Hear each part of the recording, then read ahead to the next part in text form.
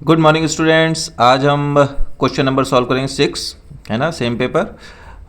A 1 centimetre straight segment of the conductor carrying 1 ampere current in the X direction lies symmetrically at the origin of the Cartesian coordinate system. The magnetic field due to this segment at point 1 ये metre में given है, और जो conductor है वो 1 centimetre का है।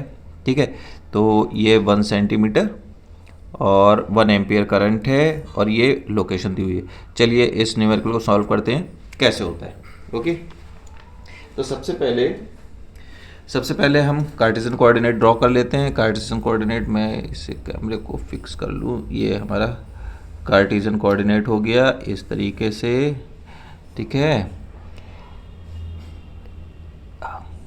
ठीक है, तो यहाँ पर कह रहा है 1 सेंटीमीटर, यहाँ से लेके यहाँ तक मान लेते हैं। ठीक है, ये 1 सेंटीमीटर का हमारा वायर है, और इस 1 सेंटीमीटर का वायर है। इससे जो magnetic field producer, how much is the current, current given है I इक्वल्स टू 1 एम्पियर। ठीक है, करंट गिवन हो गया।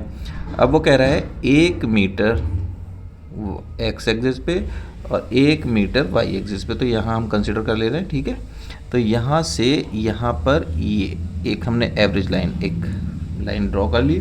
वो कह रहा है एक्स डायरेक्शन में करंट फ्लो हो रहा है, तो एक्स डायरेक्शन का मतलब करंट इस डायरेक्शन में फ्लो हो रहा है, ये है ना, ये जो है करंट का डायरेक्शन है। ओके, ये एक्स डायरेक्शन है, ये वाई डायरेक्शन है, और ये हमारा पॉइंट है 1 मीटर कॉमा 1 मीटर कॉमा 0। 0 का मतलब क्या हुआ, ये जेड एक्सिस में नहीं है, तो इसका मतलब ये एक्स और वाई एक्सिस में ये पॉइंट लाई कर रहा है।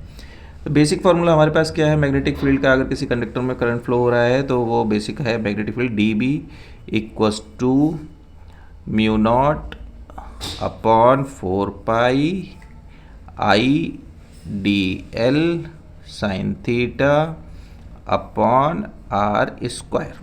Okay, this one is the formula for this. अब यहाँ पर जो डायरेक्शन है, बेसिकली ये जो है वो वेक्टर फॉर्म नहीं है, ये सिंपल फॉर्म है। वेक्टर फॉर्म कहता है I D L cross R, तो यहाँ आर क्यों आ जाता है। ठीक है, तो वो हम उसकी डिटेल में नहीं जा रहे, क्योंकि हम यहाँ पर जो डायरेक्शन फाइंड आउट करने वाले हैं वो हम लॉजिकली फाइंड आउट करेंगे। इस डायरेक्शन में करंट फ्लो हो रहा है, मान लीजिए इस तरीके से, तो हम वायर को इस तरीके से राइट हैंड से पकड़ लेते हैं। अंगूठे की डायरेक्शन करंट की डायरेक्शन होती है ना। तो ये जो डायरेक्शन है वो फिंगर्स की जो डायरेक्शन है, it represent the direction of the magnetic field. तो अगर इस तरीके से हमने होल्ड किया हुआ है ये करंट, तो यहाँ पर जो मैग्नेटिक फील्ड लाइन्स है वो अपवर्ड डायरेक्शनली यहाँ पर अपवर्ड आ रही हैं, और इस साइड में क्या है, डाउनवर्ड जा रही है। तो अगर ये ऊपर की तरफ है, यहाँ पर अपवर्ड है, तो इसका मतलब क्या होगा, मैग्नेटिक फील्ड की डायरेक्शन ऊपर की तरफ है। मतलब जो मैग्नेटिक फील्ड की डायरेक्शन होगी वो के कैप। एक चीज़ क्लियर हो गई। ठीक है, अब दूसरी चीज़ हमें फाइंड आउट करनी है वैल्यू। तो म्यू नॉट अपॉन 4 पाई की वैल्यू क्या होती है, वो होती है 10⁻⁻⁷। बहुत बढ़िया, हमने लगा दिया। आई हमें 1 एम्पियर गिवन है, ये भी हमने लिख दिया 1 ampere, no problem. D L, अब ये देखिए 1 मीटर है ना, 1 मीटर और 1 मीटर, तो यहाँ से यहाँ तक का जो डिस्टेंस है वो कितना है, 1 मीटर है, और यहाँ से यहाँ तक का जो डिस्टेंस है वो भी 1 मीटर है। तो यहाँ से यहाँ तक का जो डिस्टेंस है वो कितना होगा, √2 मीटर। ओके, पाइथागोरस लगा देंगे सीधे, उससे फाइंड आउट हो जाएगा। अच्छा, अब प्रॉब्लम ये आती है, कुछ स्टूडेंट इसे यहाँ से फाइंड आउट करने की कोशिश करेंगे इस तरीके से, ये φ1 कहेंगे या θ1 कहेंगे, फिर यहाँ से इसे फाइंड आउट करेंगे ऐसे, ये φ2 या θ2।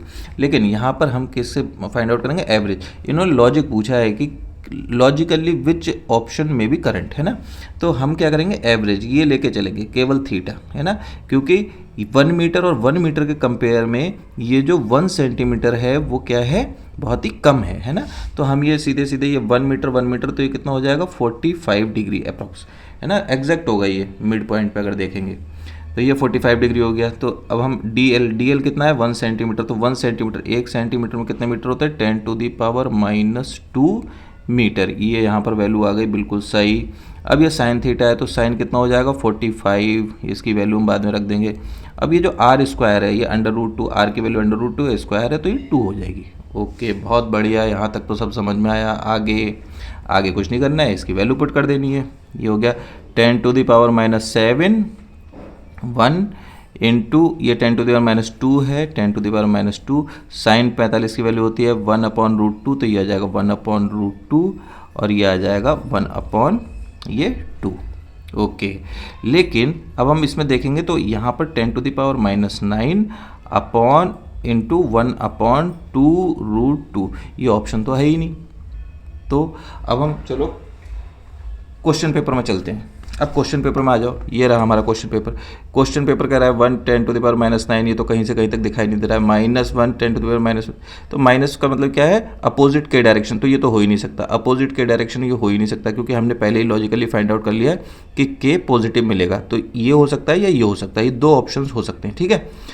अब यहाँ पर इस वाले ऑप्शन के होने के चांसेस मुझे दिखाई देने लगे हैं यहाँ से, क्यों, ये है 10⁻⁻10, है ना, और ये 5√2। तो इस वाले क्वेश्चन को देखो, अभी कुछ नहीं है, सिंपल मैथमेटिकल कैलकुलेशन। अगर मैं इसे 10 से मल्टीप्लाई कर दूं और 10 से डिवाइड कर दूं, ठीक है, तो ये कितना हो जाएगा, 2 5 10, और ये 1/10, ये 1/10 ऊपर जाएगा 10 की पावर माइनस, तो ये हो जाएगा 10 की पावर -10, और यह आ जाएगा इंटू 5/√2, जो कि ऑप्शन हमें गिवन है।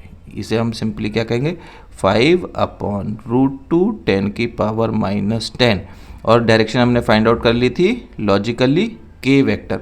आप वेक्टर लॉ लगा के भी डायरेक्शन को फाइंड आउट कर सकते हैं, ठीक है। तो ये रहा हमारा क्वेश्चन। चलिए अब ऑप्शन देख लेते हैं। ये ऑप्शन कौन सा है, ये ऑप्शन है सी। तो ऑप्शन सी इज करेक्ट, है ना, option C is correct. Thank you.